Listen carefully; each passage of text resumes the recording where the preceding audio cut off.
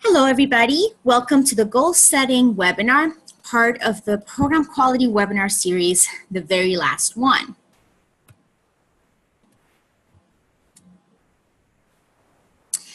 Have you ever wanted something really badly, maybe feels like a tall order? I know that happens to me a lot of the time. I get excited about things and then I'm just like, how do I get there? And the point we're trying to make is make it a goal. Turn whatever it is that you want into a goal. Why should you set goals? Goals allow you to have a long-term vision of whatever the goal is with respect to. If it's it can be your own life, it could be your team, it could be your club. It also provides short-term motivation, at least if you set it up the way that we're going to talk about today. It focuses your acquisition of knowledge. There's only so much we can do with our time, so having goals helps us figure out where to go, where to zoom in. Helps you manage your time and resources, determine your priorities. It also makes big dreams feel more manageable and attainable because it helps you break them up into pieces. And it helps you see progress that are made through small but consistent efforts that add up over time. It might be tough to really consider how much of a benefit you're getting from something that you're doing constantly if you don't have a way of measuring that. And of course, develop self-confidence because as you see that you're meeting your goals, it is inevitably going to make you feel more confident in yourself and your ability to accomplish things. So some examples of goals, we can think about goals as short-term and long-term, and then there's personal and team. So short-term goals would be taking a class, that would be personal, would be taking a class, running a marathon, or getting your Competent Communicator Award. Since this is a Toastmasters related webinar, a lot of the examples and lists today will be drawing from Toastmasters curriculum and ideas. The other short-term goals could be for your team, for instance, for your club. So you could host an open house, you could have a membership drive. And then more long-term goals would be at the personal level, something like getting your Distinguished Toastmaster Award, which definitely takes more than a year, or getting a master's degree, accomplishing some kind of certificate or designation. And lastly, for team goals that are long-term, the best example is accomplishing President Distinguished status, or really any kind of designation for your club, distinguished, select distinguished. Now, the reason this webinar is called the goal setting webinar is that setting the right goal is the foundation for your success. And that's why that's the main focus for today. We're going to talk about SMART goals, because I do think those are the types of goals that yield the benefits that we talked about in the beginning in terms of vision, short-term and long-term, as well as motivation. So SMART goals are specific, measurable, attainable, relevant, and time-based. And I'm going to explain what each of these pieces mean. For specific goals, what that means is that you have a clear description of what needs to be accomplished and a well-defined scope. It's something that helps figure out, okay, this is what we're trying to achieve. And it doesn't go into too much around it. And lastly, if you are working in a team setting and you're trying to accomplish a team goal, like being president, your club getting to President's Distinguished, the specificity matters too, because the goal has to be understandable for everyone contributing to it, because that's the only way that it's going to inspire your team. So examples of creating a goal would be accomplish the President's Distinguished Club Award, as we had mentioned, and getting your Distinguished Toastmaster Award at a personal level. We're going to take those two examples, the team President's Distinguished example and the personal Distinguished Toastmaster example, and go through how to make it SMART beyond being specific. Measurable. There should be some way of measuring success. There should be a way for you to say, yes, I succeeded at this. And sometimes that's arbitrary. That could be, I gave a certain number of speeches. It could be any number, but this way you can measure it and get a sense of what it means to be successful. It gives you a target to reach to, something that's specific, and a way to gauge progress. So how do we make those two examples measurable? For President's Distinguished, maybe you want to get all 10 points towards DCP. Only 9 are required. And again, DCP stands for Distinguished Club Program. When you have 9 or 10, that means your President's Distinguished. And for your DTM, that means getting your Advanced Leadership Silver and your Advanced Communicator Gold awards. Attainable. This is probably the most important part. It has to be within the realm of possibility. It has to be something that can actually happen with the available resources and the constraints that are within your control. So always consider, what are the things that just cannot be changed no matter how hard I work at it, and make sure that your goals don't involve changing any of those things. Remember that attainable doesn't imply easy. It just means doable. It means it's within the realm of possibility. So when we apply this to our examples, a club that has been struggling this last year may have a difficult time making it all the way to President's Distinguished in a year. But perhaps they could get to distinguished status. That's still a big deal. That's still something that's important and that shows progress. And for somebody, for example, at a personal level, a new member attaining DTM in 1 year, although it may be possible, it probably requires a lot of sacrifices. And in some ways, it may not be doable, because if you join in September, for instance, you would still need to meet the area director requirement.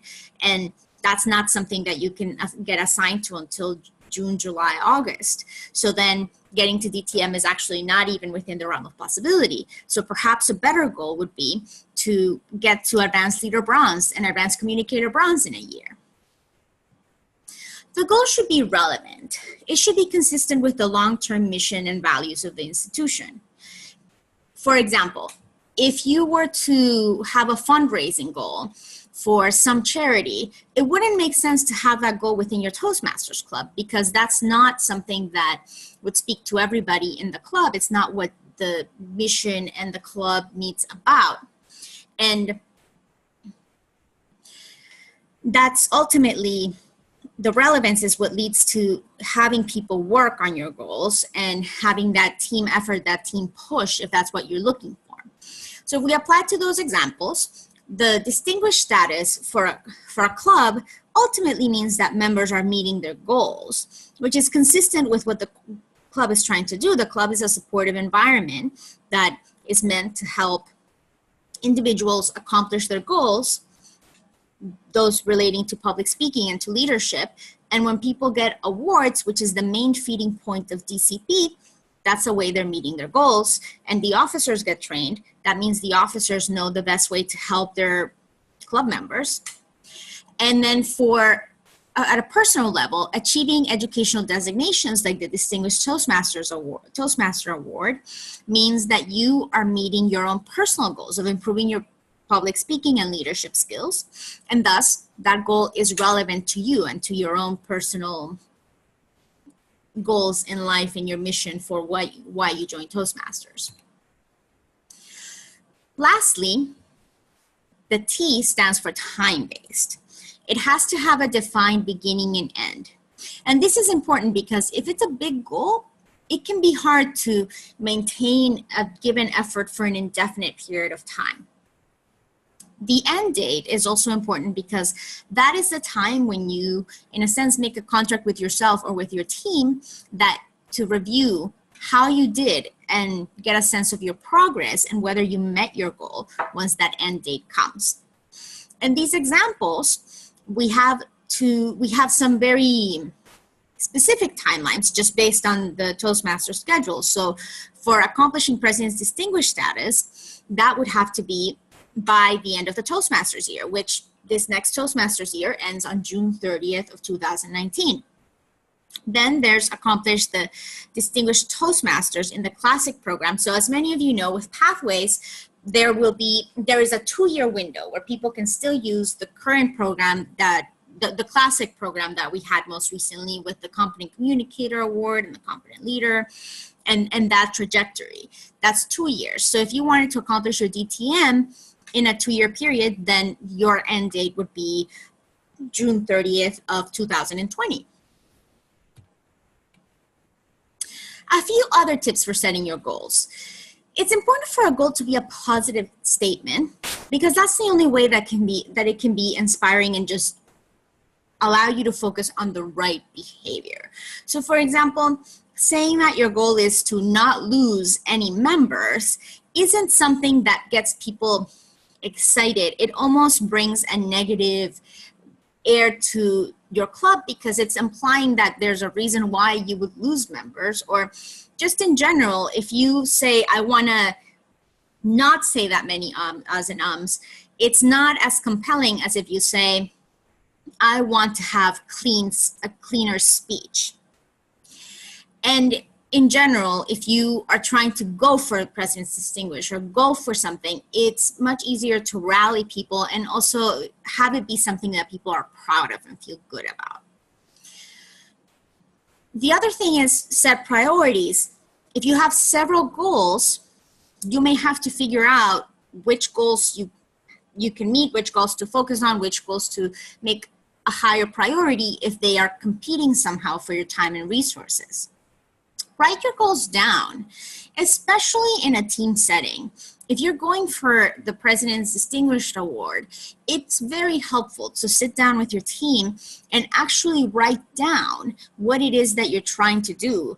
And that in a way crystallizes the goal and makes it clear for everybody involved. But for personal goals too, writing it down makes a huge difference.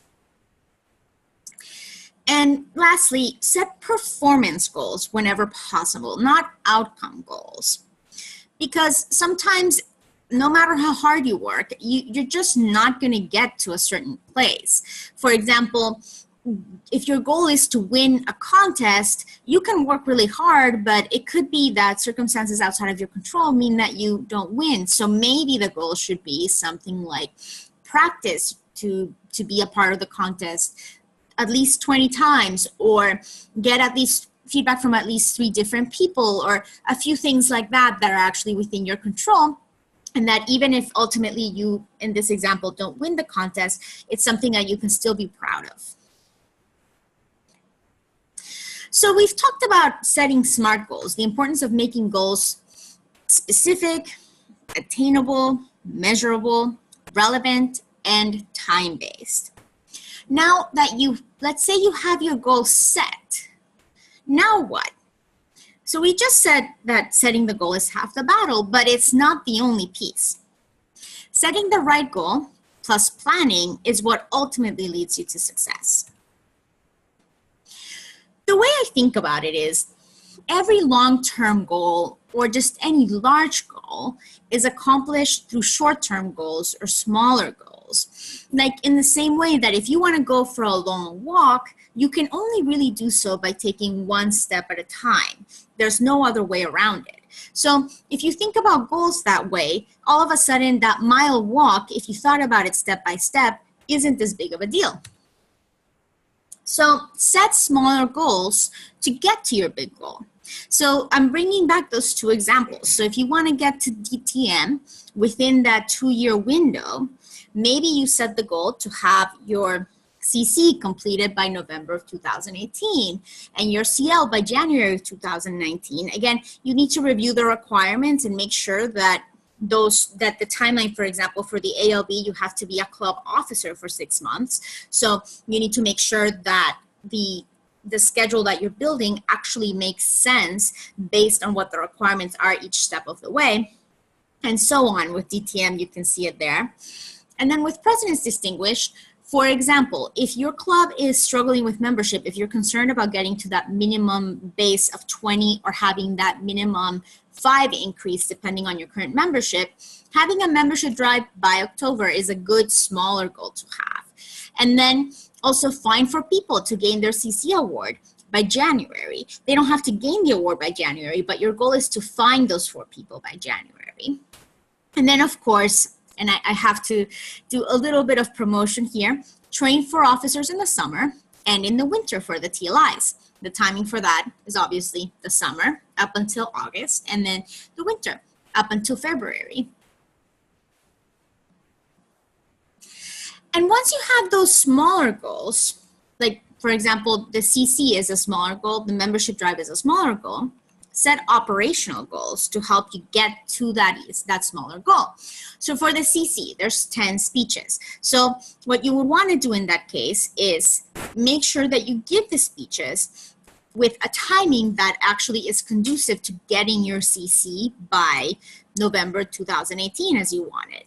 So in this example, you can say, okay, you're going to give speech 1 by September 1st, and speech 2 by September 20th, and speech 3 by October 2nd, and so on. So you'd have to plan it probably backwards from when your goal is to do it by the end of November. Make sure that you have enough time to give all 10 speeches. And with the membership drive, a small goal could be to determine a date by September 1st, and to start advertising in September, and then find somebody to host by September 15th, some member that's going to be responsible for the specific aspects of maybe getting the food and volunteering in some other capacity. A few notes on operational goals. I call them operational goals for a reason. It's really something that should be small and easy to attain. And make sure that when you do attain it, celebrate the steps as you complete them. Doesn't have to be a big celebration, but acknowledge that that is part of meeting your goal and be proud of yourself for it. And lastly, for operational goals, just track your progress on those regularly. That is, in a way, tracking progress for your bigger goal. Just how are you doing with the operational goals and moving forward? For team goals, distribution of tasks is key. Who is doing what and when?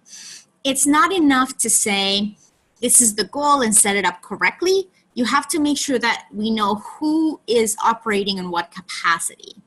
And schedule a regular check-ins. The best example of that is trying to have monthly officer meetings, because that means that everybody has a small deadline to doing whatever piece they agreed to do, and it allows you to hold each other accountable as a team. Manage your resources. This is really key in life, but certainly for a club environment as well. Try to focus on only 1 or 2 goals at a time. If you focus on too many goals, either you won't accomplish any of them, or you will only accomplish the ones that were the lowest hanging fruit, that were easy. Try to have just a couple of goals that you can focus on and that you can also bring home to the team and rally around. And remember the opportunity cost of time. I studied economics in college, and the concept of opportunity cost is one that I find is very helpful, because what that means is that if you're using your time to do something, there's something else that you could be doing with the time that you're not doing. So for instance, right now, I'm choosing to do a webinar, and that means that that's where my time is spent, and I can't spend that time doing something else like checking email. So for that reason, it's important that you keep in mind the 2 goals, your priorities, you set them, and then you consider, if I spend time meeting this goal, it could be that I don't spend time meeting this other goal. And manage your resources that way. That is probably the most powerful aspect of goals, that they help you realize to what extent can your resources take you where, and figure out, well, if you can only have 2 things, which things can you get? Celebrate every victory, big and small, especially with your team. That's so important to maintaining morale, because if you have a goal for the entire term from now until June 30th, that is going to require your team staying engaged for a long time, even after the initial excitement of the goal is done. So make sure that you celebrate the victories. Bring some candy to the meeting. Make an announcement saying how far you've come, and engage everybody as you do. Troubleshooting. Everybody has a goal that they haven't met despite planning. Sometimes you do everything that you can, but you can either not be fully aware of the resources that you have or that you need, or the limitations that you have, or something changes, and all of a sudden you can no longer do what you were expecting to. Remember that it's okay to fail. Don't let it discourage you. Learn from the experience and just start a new goal. And if a smaller goal is set up, reassess where that fit into your general plan and map a new plan. Now, before we close out, as I mentioned to some of you earlier, look out for the new Trio webinar series. It's starting September of 2018, and the topics and dates will be announced by August 15th on district31.org in true goal-setting fashion. Now, I'm going to stop recording and move to the Q&A.